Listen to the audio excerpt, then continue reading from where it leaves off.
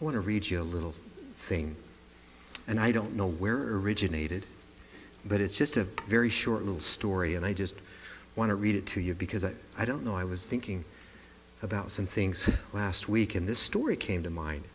And I'd heard it before, and I couldn't remember where it had come from. And to this day, I don't know where it's come from.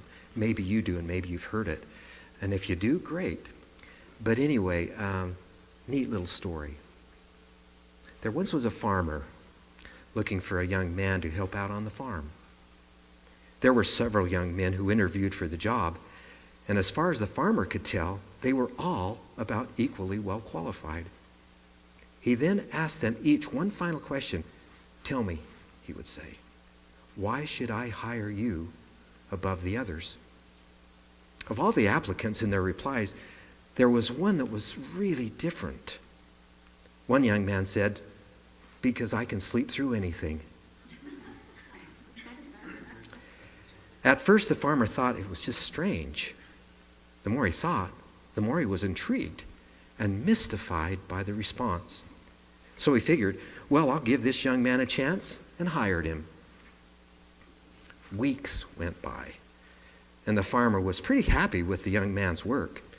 He still wondered sometimes what the young man meant by this strange reply, but he never got around to asking about it. And then one night, the farmer was awakened in the middle of the night with a phone call from a neighbor. "There's a big storm coming and lots of wind, maybe a tornado. Better get ready for it," was the quick message. Indeed, as the farmer went to the door and looked out, he found that the wind was strong and rising. The rain had started. He quickly ran and tried to waken the young man to help him get ready for the blow. Try as he might, the young man couldn't be stirred. Muttering to himself about what a stupid thing he had done in hiring a lazy boy who wouldn't wake up when he really needed him, the farmer went out to the farm. He went out to tie down the hay, but discovered that the hay was already tied down securely. Next, he went to the barn and the corrals. Everywhere he looked, everything had already been prepared. After a time of just wandering around the farm, learning that there was nothing that needed to be done at the last minute, because it had all been done before, the farmer returned to his house, but instead of wondering, he actually found himself singing the praises of the young man. He had realized to his great joy that the reason the young man could sleep through anything was because before he went to bed every night, he had already prepared for the very worst.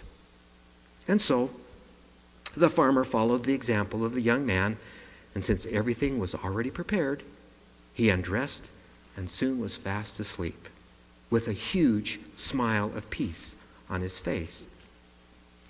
This young man had nothing to fear, and was not stricken with panic at the outset of the storm, because he was fully prepared. He had put forth the necessary time and effort to secure everything well in advance, so he could rest the night through with little concern for the howling winds outside.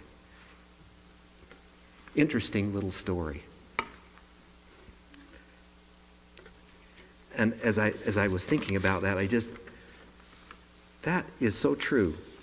That if we're ready for action as the Scripture tells us to be, we have nothing to fear. We sang a song this morning, and I've got some other stuff here, but I just got prompted. If you got a Bible, turn to Psalm 100.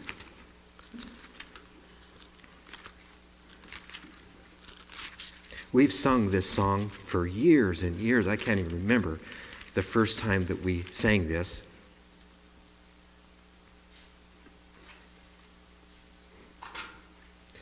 Is that the one I'm looking for? Wasn't it Psalm 1? Was Psalm 100 the song we sang? Yeah. No, the first one. I will enter his gates. No, let's see. Which song are you talking about? We sang I will enter his gates, which is verse 3. Lord, are they increased that trouble me? Many are they that rise up again? Oh, Psalm 3. Psalm 3. Okay. Turn to Psalm 3. I was thinking of another one. But Psalm 100, we sing Psalm 100 too. But go to Psalm 3. Psalm 3 is the one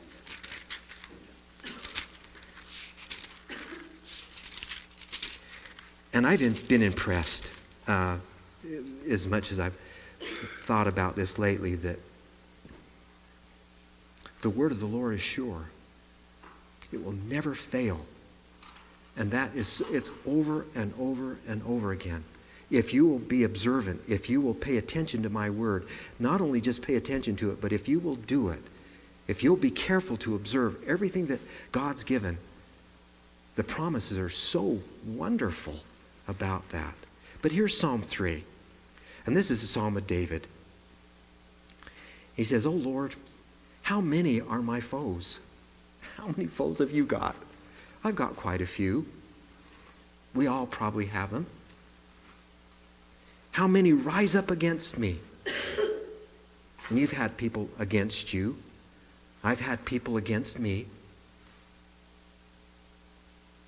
How many are saying, it is stupid, mindless, foolish to follow God? And that's what they say. Doesn't make any difference whatsoever to serve God. And then he says in verse 3, "But you are a shield around me, O Lord. You bestow glory on me and lift up my head." Isn't that amazing? To the Lord I cry aloud, and he answers me from his holy hill. And this is part of the story. Verse 5, "I lie down and sleep. I wake again with no fears, without any difficulty. I wake because the Lord sustains me.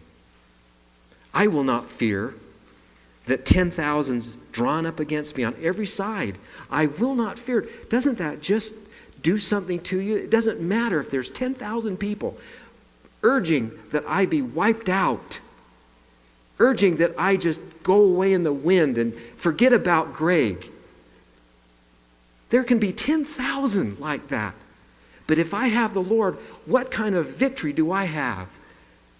And that excites me. That kind of truth, that kind of thing in the Word that just is profound.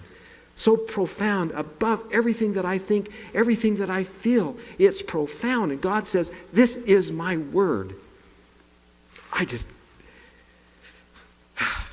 Thank you, Lord. From the Lord comes deliverance, and may your blessing be on your people. And it is. One of the most powerful arguments that I've heard for atheism and just everything being produced out of nothing, that's the idea. It just came together. You're an accident. It was just a throw of the dice that you were created. It's just by chance that everything that we see around us is there by accident, basically. There's nothing behind it.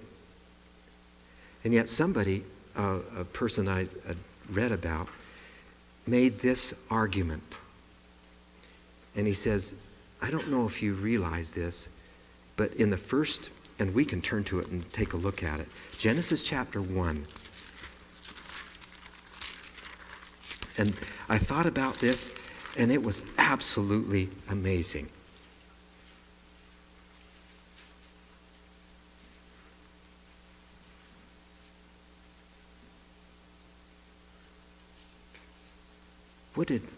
How did God create? And I'd never really picked up on this. But how did God create? He spoke it. Yeah, he spoke it, and it came to pass. What does that mean?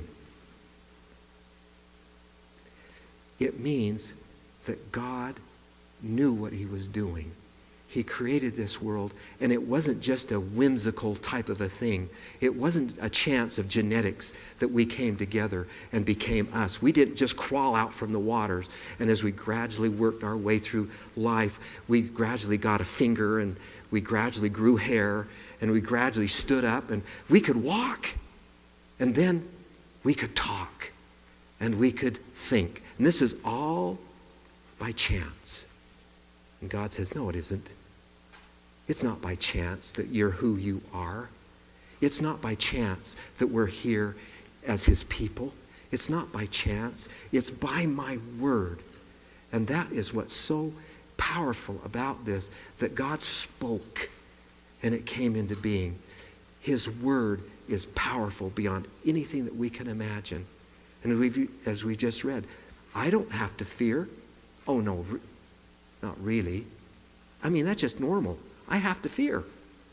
I have to be burdened to the point of just being completely bowed down on the ground. That's what our human nature says we have to be. We have to be burdened. I have to be so immersed in my troubles and in my difficulties that I say, there's no help for me. God says, not by my word. My word says, I have overcome everything for your sake. I read that, and the power of that and the awesomeness of that, just wow. But it's true. But the world would say, no, it's not true. It's not true. Forget it. Forget it. It's not true. And lately, what's been coming to me, and I don't know what it is. And I mentioned the old-timers, Claire and Viola Card, and the Waits, and all of the others, the people that we've not talked about before very much, Gus Adams and Christine, and Ernest and Elsie, and I've read about them, and Anna and Alfreda. It's over and over and over again, the people that came before. And I am just thrilled to have a heritage like that, because without exception, do you know why they came together? It says it over and over and over again. They didn't come out to make a lot of money.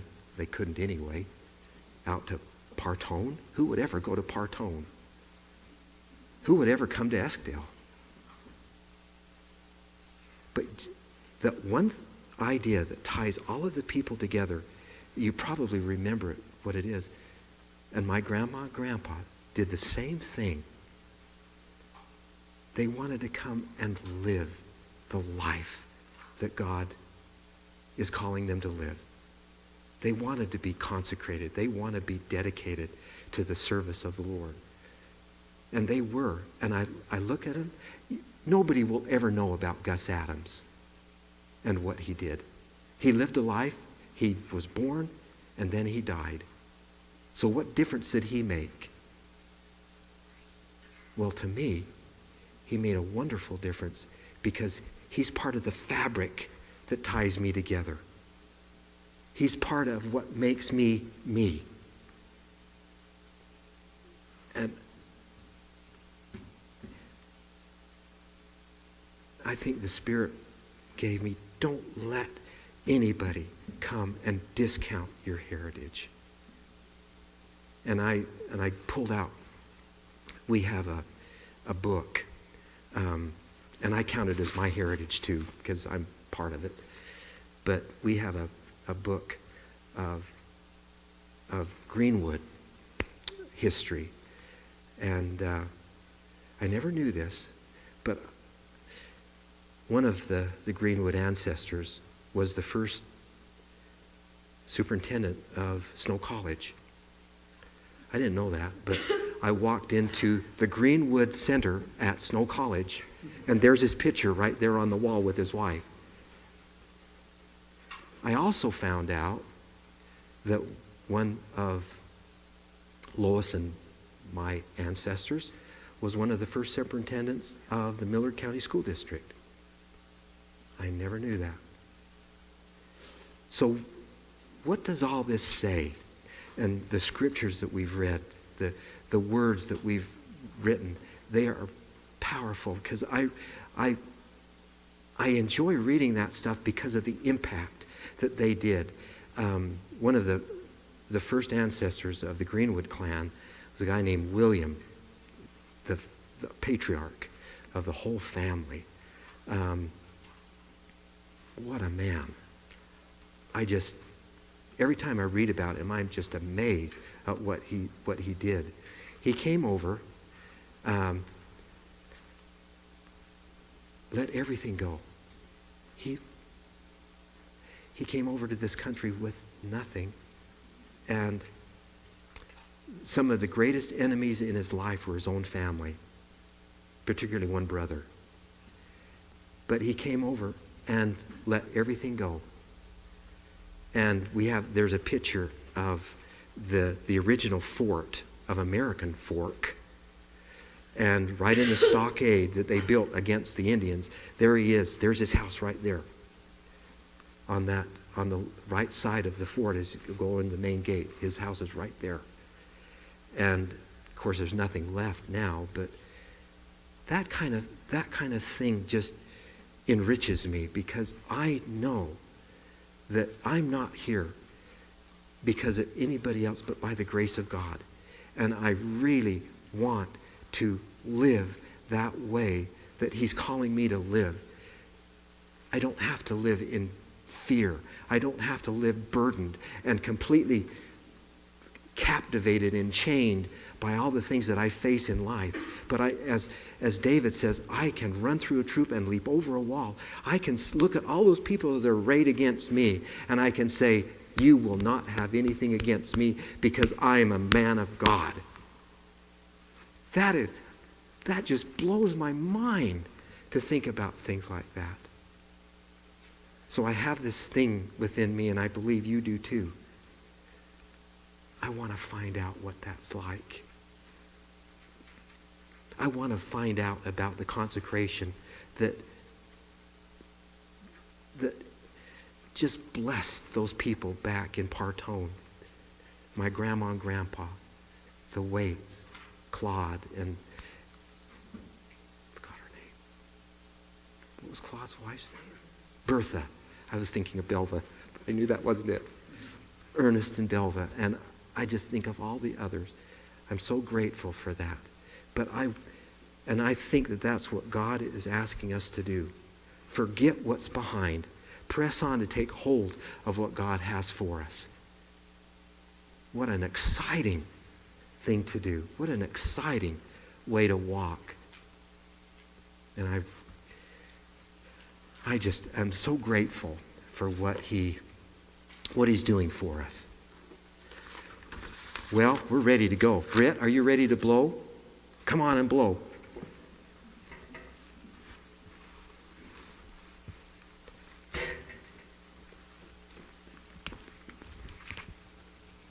Let's wait till everybody gets up here, and then we'll do it. Okay, tell them to stand up.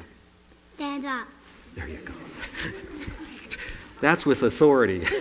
So, here you go, Britt. Whoa, that was a blow with authority. Wow, good job. Psalm 107, verse 8. Psalm 107, verse 8. Let them give thanks Let them give thanks to the Lord to the Lord for His unfailing love for His unfailing love and His wonderful deeds for men. and His wonderful deeds for men. Okay, Aiden, would you tell them all to repeat? Repeat the verse, please. Britt, do you tell him?